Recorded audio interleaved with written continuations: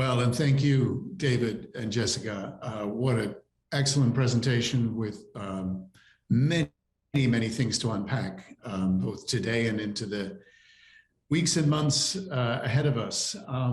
And to help us to unpack these stats and trends, we're joined by an expert panel, which will be moderated by Dr. Ellen Selkie. She is the Assistant Professor of Pediatrics at the University of Wisconsin. Dr. Selkie, are you with us? I'm not seeing. I am. Oh, there you are. Okay, so I'm going to hand it over to you.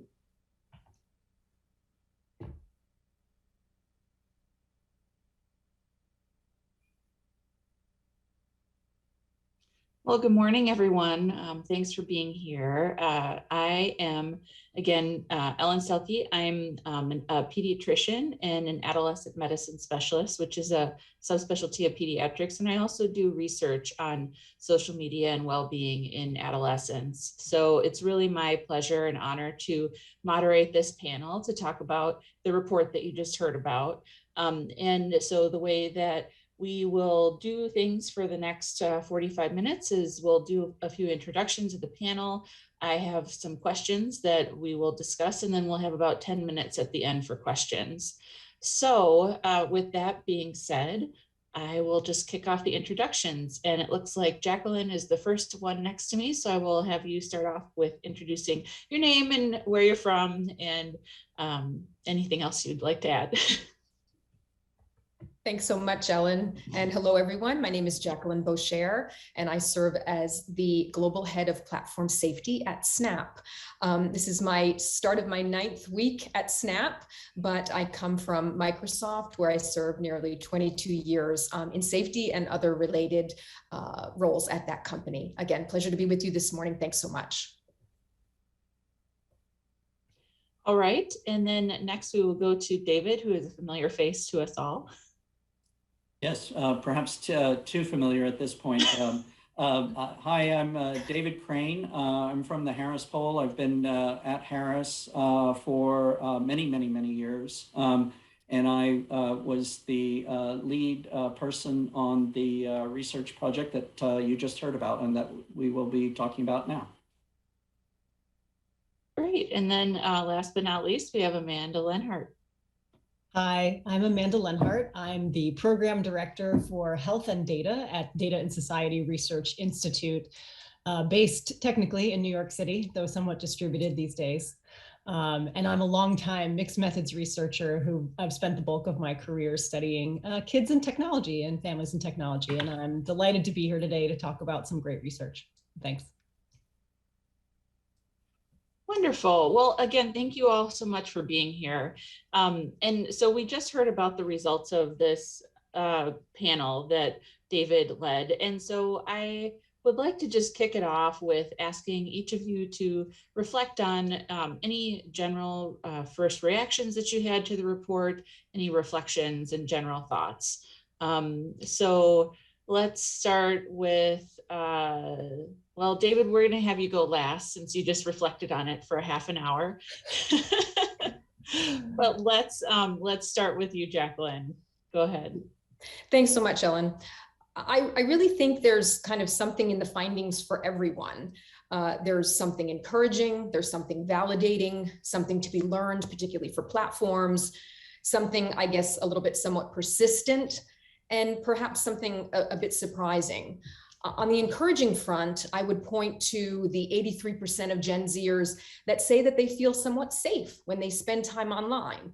And if I recall correctly, I think David said it was just 18, however, that feel very safe. Something validating would be that more than 8 in 10, I think it was 82%, said that they feel responsible conduct online is important.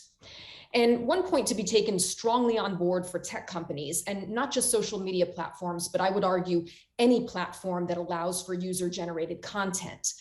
Young people still seem reluctant to report issues and concerns. And more than 4 in 10, 44%, said that they were not aware of any safety tools or features. The persistent theme for me is that 91% of adults, 87% of parents agreed with the statement that parents should have the primary responsibility for teaching their children about online safety.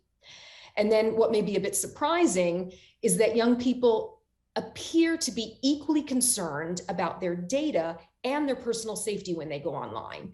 I think this is a bit of a distinct upward trend over the last decade or so, as maybe young people become more attuned to online risks, the severity of those risks, and as young people become more cognizant of who they can trust and with what types of information.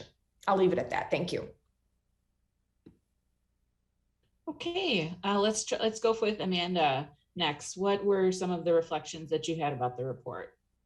Yeah, so it was a fascinating piece of work. Thank you so much, David and team, for it. You know, the things that struck me were sort of two pieces. One was, going back to the idea of parents and kids and that dynamic.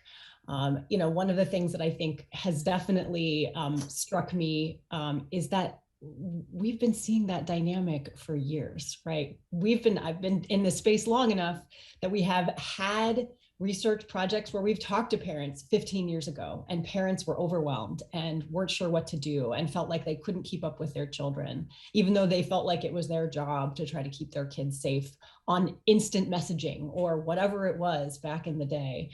And I think this dynamic is really durable. And it's surprising to me now that we have parents who themselves were probably potentially some of our early users of social media who even they continue to feel overwhelmed.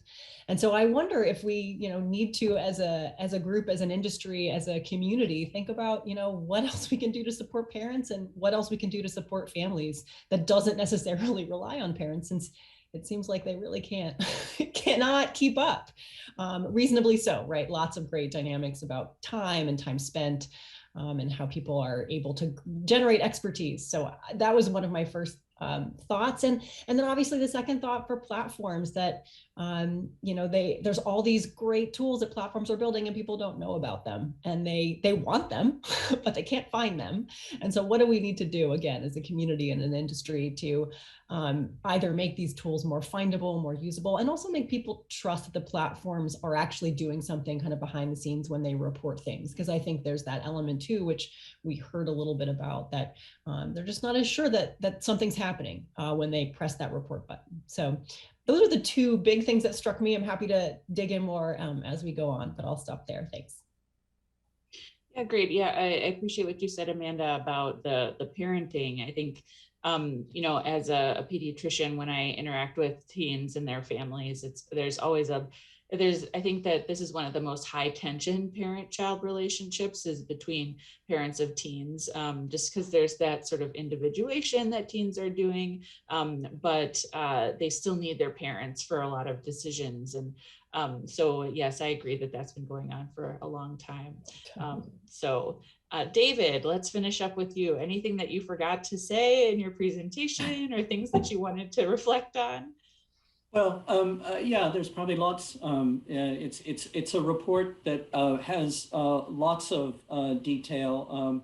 One thing that I wasn't able to really get into too much or at all really was the difference between the teenagers and the young adults. They're obviously at different stages in their lives.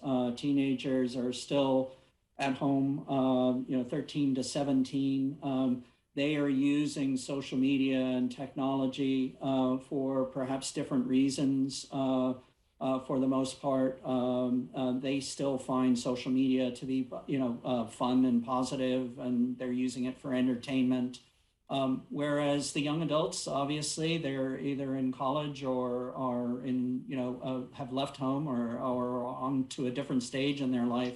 And they are perhaps using it much more. They're perhaps a bit more cynical, if you will, and about technology and social media. And we saw some of that difference in the data. But then on a lot of the things about the online safety and how both groups interact with the social media and technology and the platforms. they're actually fairly in sync with one another. So I thought that was certainly something worth mentioning, and it's right for FOSI and anybody who is interested in this. Amanda, if you want to tackle, getting into the minutia of if you will, of the data, it's certainly there for everybody to do.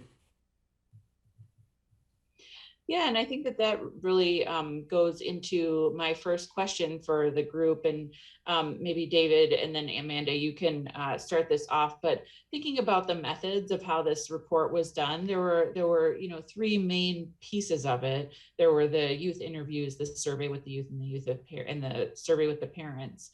So what do you think that it makes this report unique? Like, why was it important to collect the data the way that you did? Well, I will give you my 2 cents on that. And as Amanda said, we've as a research community, we've been sort of tackling this for many issues, many years, many decades, if you will.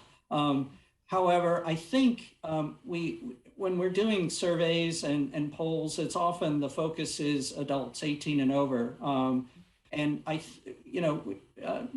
having research like this, and commend to FOSI and to SNAP for sponsoring this, teenagers are extremely engaged in society these days. We saw it again and again over the last few years, making their voices heard. And I think, surveys like this, research like this, is a way to be able to capture those sentiments, those information, and help them amplify what they're thinking, what they're feeling, and be able to point to that teenagers definitely have a voice in our society, and be able to compare it to other groups, whether it's the young adults or the parents themselves. So I think this we're fortunate in our ability to do research that we can look at the attitudes and views of teenagers and younger people, if we will.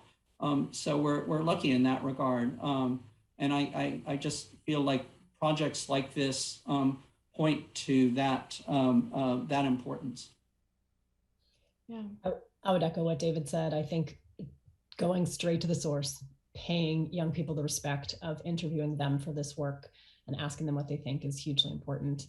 And I also commend you for doing qualitative research too. Talking to people in the focus group context, you just learn things you would never learn in a survey, and the survey gives you a broad-based support. So combining those two things together really creates a robust piece of research. And so, again, kudos to Harris and to FOSI for really going to the source, but also bringing in parents and making it a mixed methods work. I think those are all really point to the strength of this work. Yeah. And Jacqueline, I'm wondering if you have any comments about sort of like, how, you think that the different sort of methods can be used by folks in the industry. Obviously, both methods, both the quantitative and the qualitative, are so important. I mean, we want the hard data. We want the look across the spectrum of what youth are telling us and what they'd like to see. And then just to have those verbatims to be able to share specifically a little bit of a drill down into what they're after. It's hard sometimes to hear that so much is there in terms of tools or reporting mechanisms or other features that they're not aware of. So we just have to do a much better job of bringing that to the surface, as the young lady said in the video before, to push these tools out, to really make an effort to do that. It gives us all of those clues and all of those tips of what we need to do to make sure that people are doing the best that they can to protect themselves and using and leveraging the tools and features and functionality that we make available. Absolutely. Yeah, and I think that, like Amanda, you said that the qualitative aspects of the study certainly provide that richness to the results. And I'm wondering if you would be able to put this in the context of prior work that you've done or other research in the field. Like, how does this add to what we already know? Yeah, I mean, I think certainly drawing on our previous work gives us the insight onto parents and the sort of durability of some of the problems that we're seeing here. But one of the other things I think is quite interesting about this work, and I think we need to be thinking about as we try to interpret the data, is that this data was collected during a pandemic, right? And so all of our data, about declines in use or increases in use needs to be taken in that broader context of this just radical shift in the lives of our adolescents and young adults. I mean, just radical, where these platforms were in many ways the only social interaction that young people had for months at a time. And that our young adults and our teens, I think, David's point that they're very different is another piece of this data that I think is quite fascinating and points to, again, like who's at home, who's still within the context of a broader family, and who is really in many ways living more independently, and the kind of pressures that come, the kinds of challenges that you have to navigate in each of those different situations, I think really have very different results in terms of your feelings about these platforms and what your life's been like. So those are the things that I really take away, that, both we've had a lot of these issues, and these issues are ones that we've struggled with. I mean, over the years, I know different platforms have gone from minimal safety features to maximal safety features to somewhere in the middle, trying to find that sweet spot where people will find them and use them, but they're fine-grained enough to give people the kinds of features that they really want. And it's a really tough thing, and I think we haven't mastered it yet. Is my takeaway, but we're still on that road. So those are some of the things that I see in terms of broader context that we need to think about when we're looking at this work. Yeah, and to your point, Amanda, about the pandemic, all these data were collected during the pandemic. So it's hard to sort of compare pre-pandemic, what the answers would have been to these exact questions to what the questions were during the pandemic. But I'm wondering if you think that there were any sort of things about the findings here that really seem pretty clearly different from the way that they would have been answered prior to the pandemic.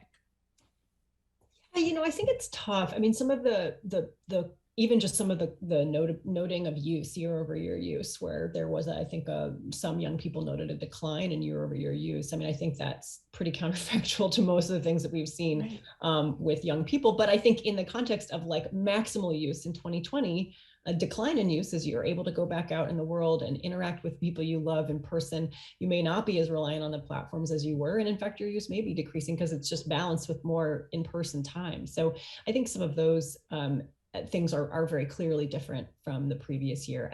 Around the safety issues and the sense of security and some of those, so I think it's hard to know. Again, it all has to come in the context of this really maximal use of this platform over the last 18 months. And I think we'll be seeing over the next, 3 or 4 years how our lives and how our social media lives have just changed. And I'm sort of waiting for the next couple of years worth of data to sort of see how things are really going to shake out at the end. Yeah, and I would also reflect that it's not just the pandemic that has been kind of going on the last couple of years, right? There's been a lot of sort of social change and just sort of the cultural context. I mean, and this is not sort of unique, I suppose, to these last couple of years, but sort of the cultural context is also changing in terms of the ways people are interacting with each other and sort of attitudes and toward technology, but also toward the world. And so I do kind of wonder, if I always try to put these things in context, because just what you said earlier, Amanda, about, there are things that have always time and time again been issues, and they just look different, a little bit different.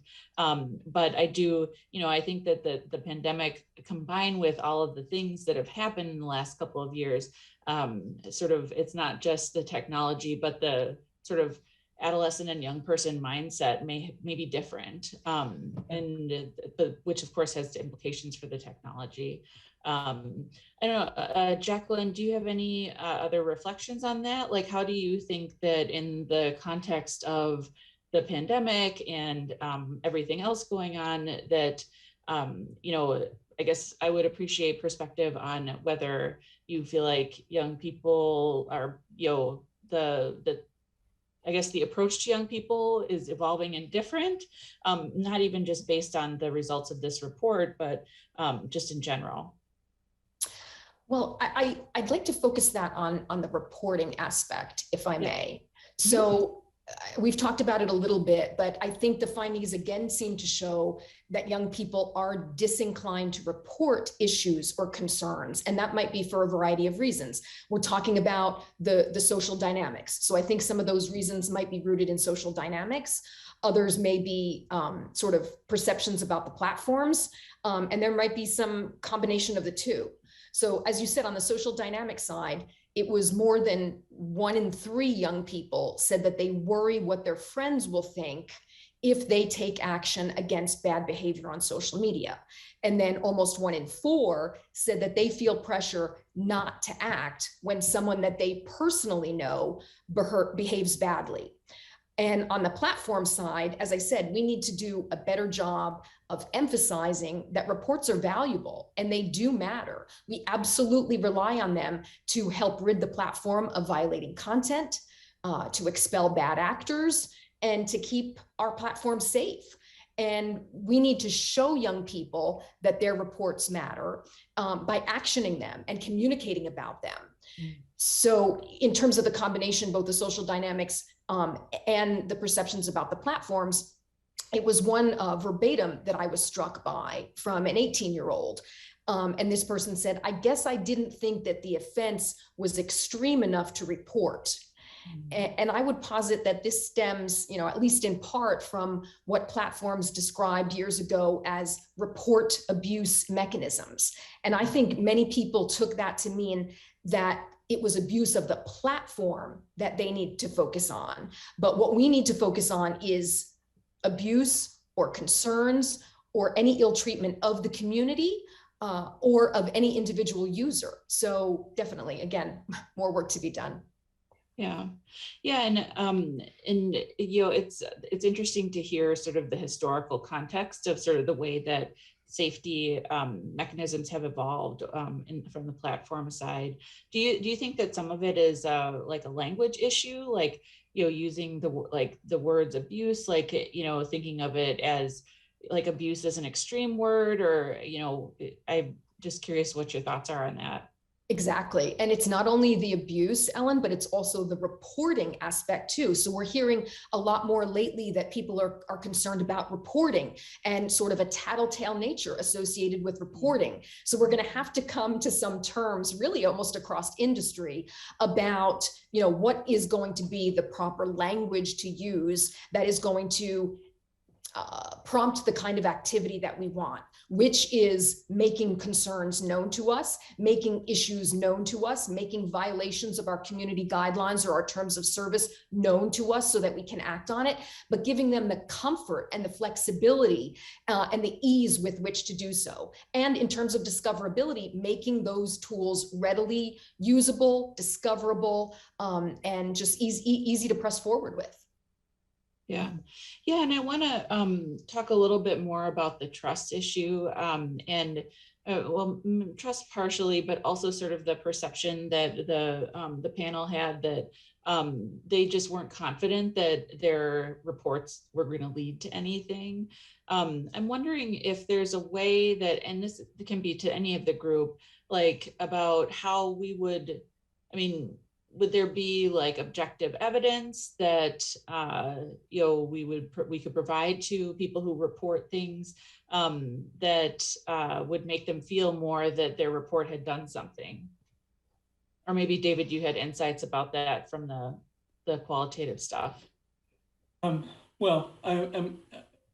of the things, and Jess talked about it from the qualitative, we took people through the kind of wish list of how our participants would improve things, and they weren't saying, oh, we have to like shake everything up and do everything completely different. In fact, they weren't saying that at all, but they were suggesting some specific ideas, and Jacqueline, maybe some of these things are the platforms and social media and other technology companies are already doing.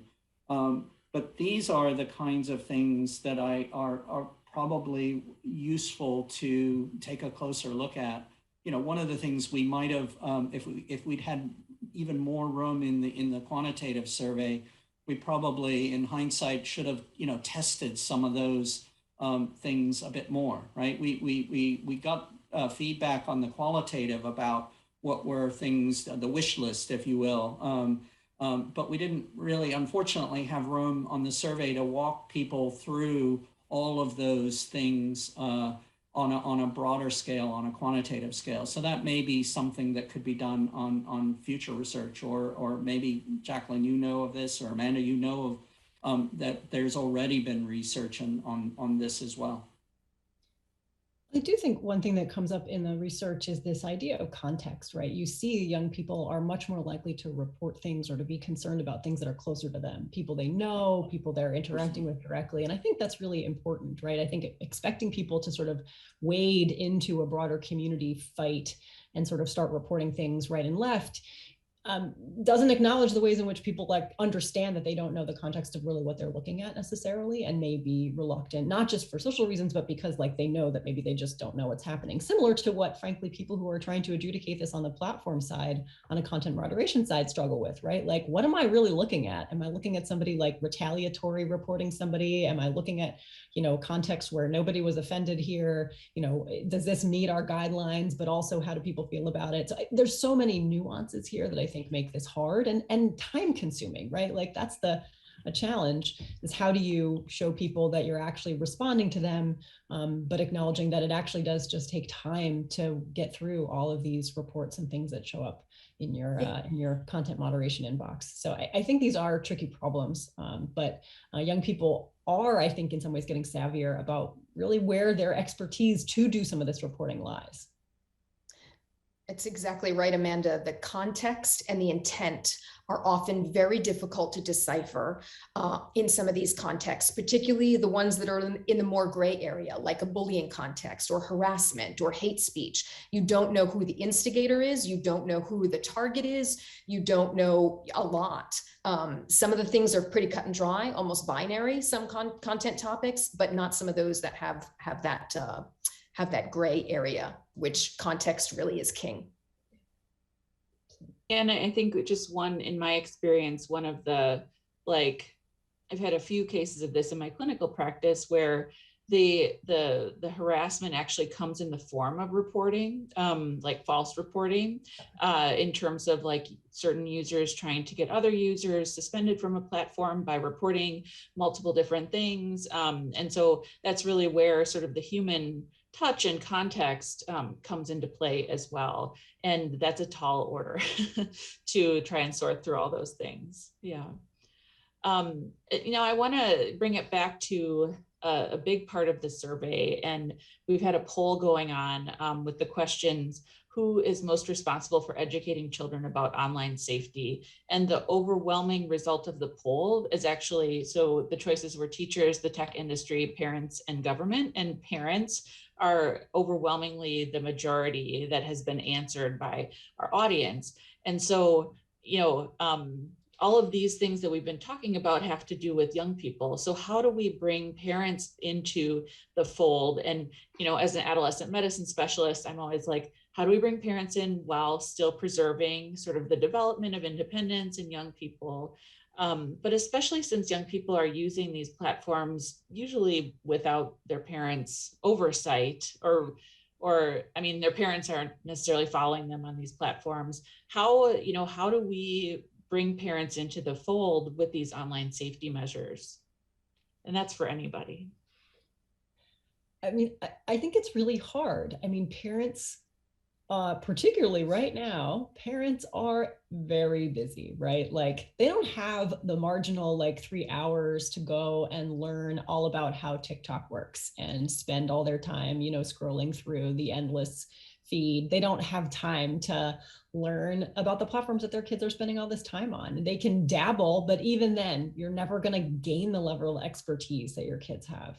And I think it's a tall order. And so I think the ways in which we can support parents. I think parents want just, they want to like a list, like, what do I do? Like, somebody help me. I think that's in some ways what we're here for today, what FOSI does, what some of the, what platforms try to do. But I think it's clear the buck stops with parents, but I think we also see from this research that parents, they're not really up for it. They know it's their job, and yet at the same time, it's a constant like constant jumping to each platform and trying to stay up on it. And just when you've learned for your first kid, it's the second one's on something else. And then where do you go? So I do feel for parents. I'm sure, Ellen, you have like lots of observation from your practice, and Jacqueline, things that you've seen across your career about how parents do and don't do this, but it's a tall order. I'm sympathetic as a parent myself, very sympathetic. As a parent who studies technology, even more sympathetic to how hard this is. I think we have to do our best, and I've said this before, but it bears repeating. We have to do our best to deliver an empowering message to parents. So they already feel defeated. They already feel overwhelmed. We're hearing it in the research. We're seeing it in the research. They already feel sort of, disempowered because they don't know the technology as well as the kids do. But it's that intelligence, wisdom dynamic that we really have to exploit.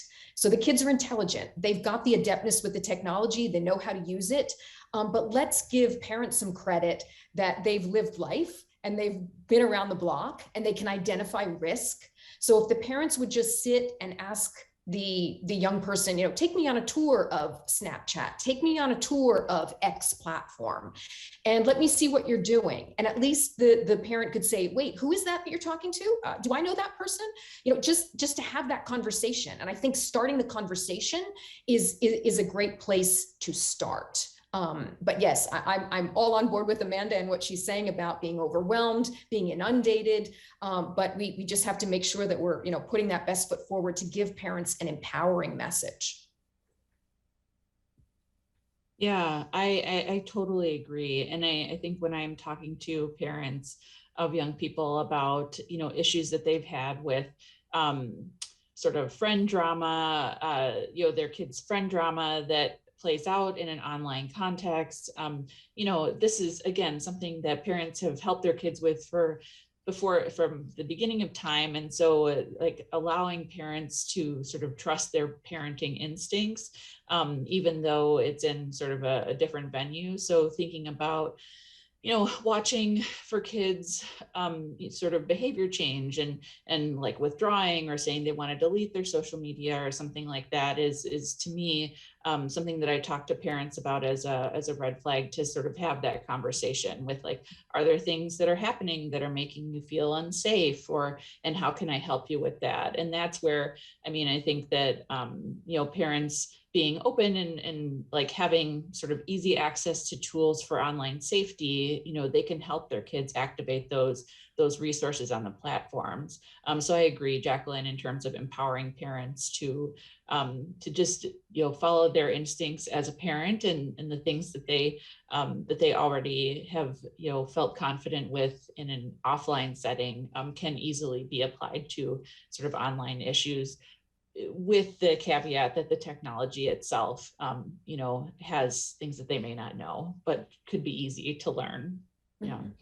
David, any other thoughts on this in terms of sort of your perspective on, parents' involvement in online safety, or, ways that in the research, you felt like there were action items for helping parents? Well, I think the data certainly is pointing to almost a kind of, and I know this is going to sound very sort of formal, but almost a kind of partnership between the parents and the young people, and perhaps the platforms all together. That everybody's kind of on this, in theory, should be on the same page here. And therefore they should all be thinking of, can we, work together sounds so formal and stuffy and corporate-y, but can they all interact with each other for the same goal? And so I think the parents are acknowledging that the role that the young people have, but then the young people are certainly acknowledging that as well. And that both parents and the young people, the Gen Z, are saying that, you know, the platforms are doing, you know, pretty good, but it's not perfect. And we want to see some improvement. So everybody's kind of, you know, I think on the same page in that sense. Like, okay, yeah, things aren't, you know, universally awful or universally perfect.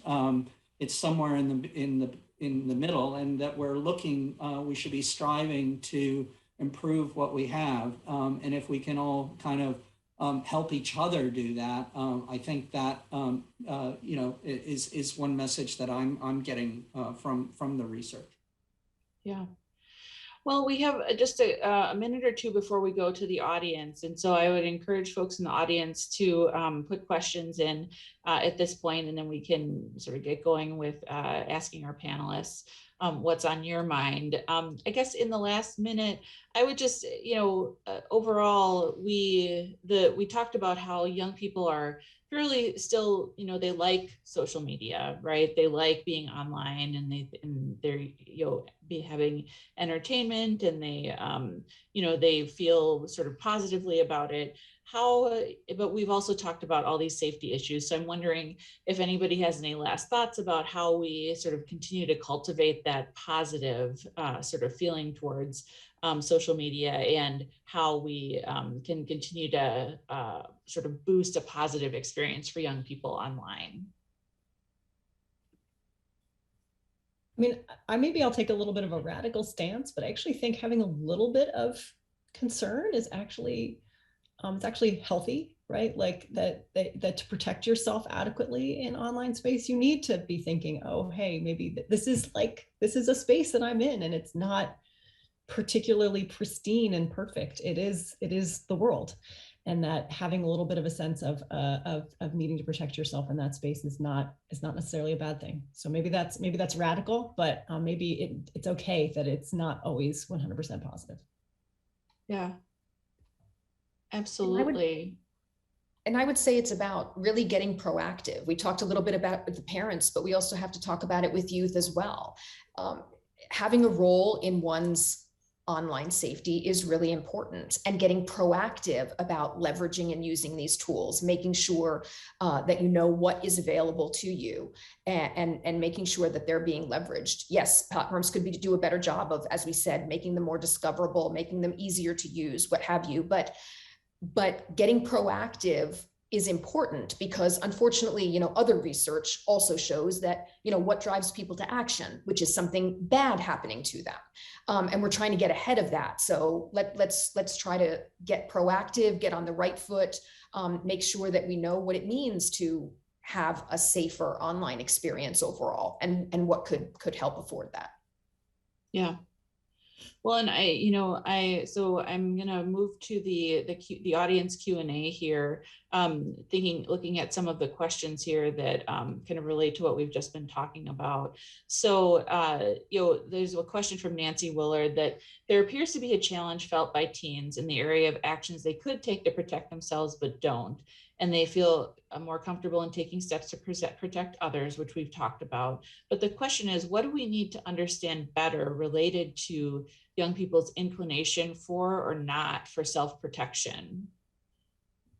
So it's sort of getting at, like, what are the reasons, you know, why people would protect themselves versus others?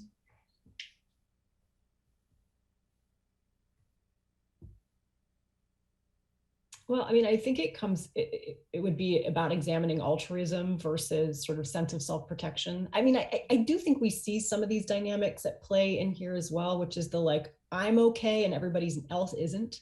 You know, in many of the questions we see, like, how is the experience for you? Well, it's actually okay, it's fine for me, but how is it for everybody else who's your peer or other young adults in the world? And the answer is generally much more negative, which, you know, I think does play into both a, like, sort of a self-sufficiency narrative that we sometimes have in this country, but also into the sort of my own virtual experience versus what I'm seeing, what the media and what sort of other narratives in the world tell me I should be thinking about this space. So I do think it's complicated, and I do think to Nancy's question that there are figuring out what it is that instigates self-preservation versus sort of outreach and sort of preservation of others is a good question. But I do expect that it would come back to more narratives about like self-sufficiency and being able to take care of yourself, as opposed to wanting to reach out and to help, sort of that sort of sense of wanting to help friends. But yeah. I'd love to hear what other people think about that.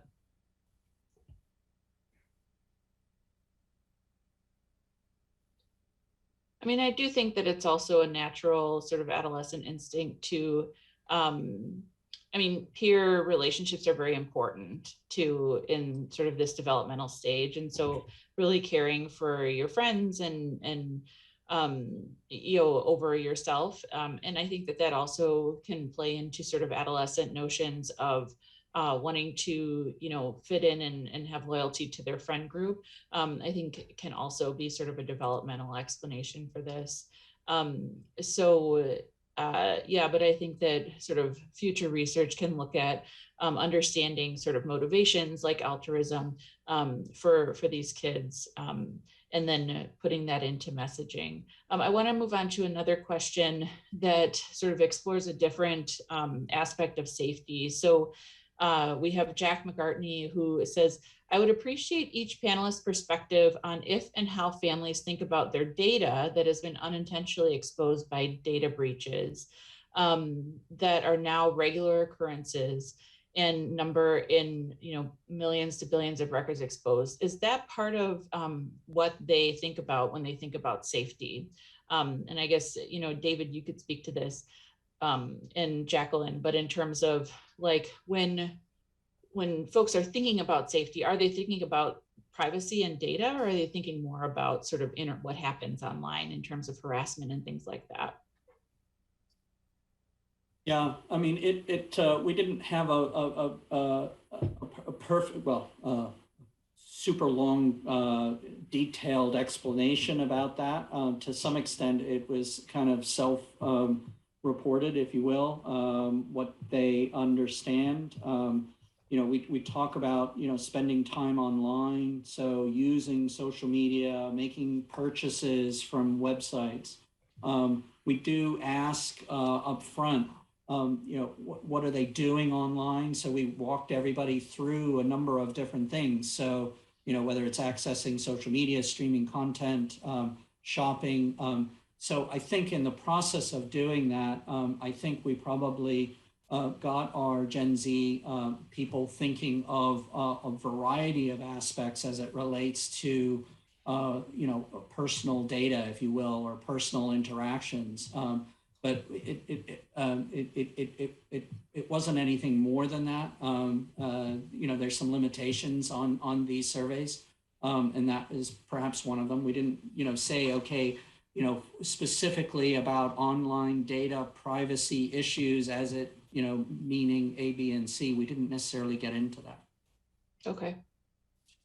From my perspective, there's a difference between perhaps how the public views these issues and then how platforms view these issues. So there are two huge buckets. Data privacy is a huge bucket, and online safety, more of the behavioral aspects of being online, is another huge bucket, as we said, with harassment and bullying and sexual abuse and terrorism and extremism and hate speech, all these things in this one bucket, and then data privacy as well. So I think when the public looks across the online spectrum and sees all of these things, they just talk about it in terms of being safe, being secure, being comfortable, being confident online. But that's not how a platform necessarily looks at it. But we have to look at it in terms of the user or the consumer lens, because we have to make sure that we are in fact trying to do our best to help keep them safe, to help keep them secure, to help keep their data private. And when I look at privacy and safety, they're almost kind of two sides of the same coin.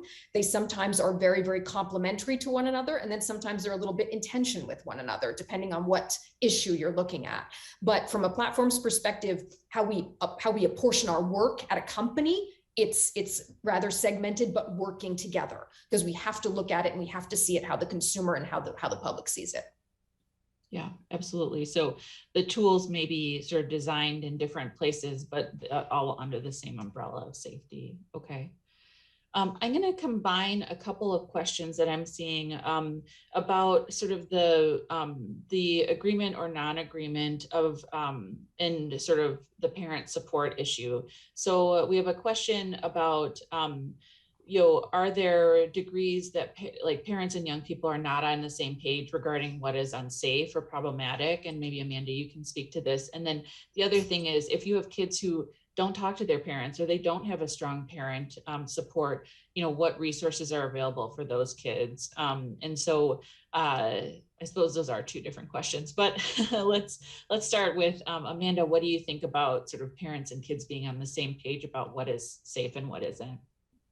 Yeah, I mean, I think there's sort of two factors here. There's the sort of that the parent knowledge of the platform and its affordances, and also the context of the child's interaction on the platform. And so trying to understand, like, literally from like a particular interaction that you're viewing, perhaps over the shoulder of your child, like, what is it about this that's like worrisome or concerning as a parent versus a child, right? There's a different sort of set of expertise, right?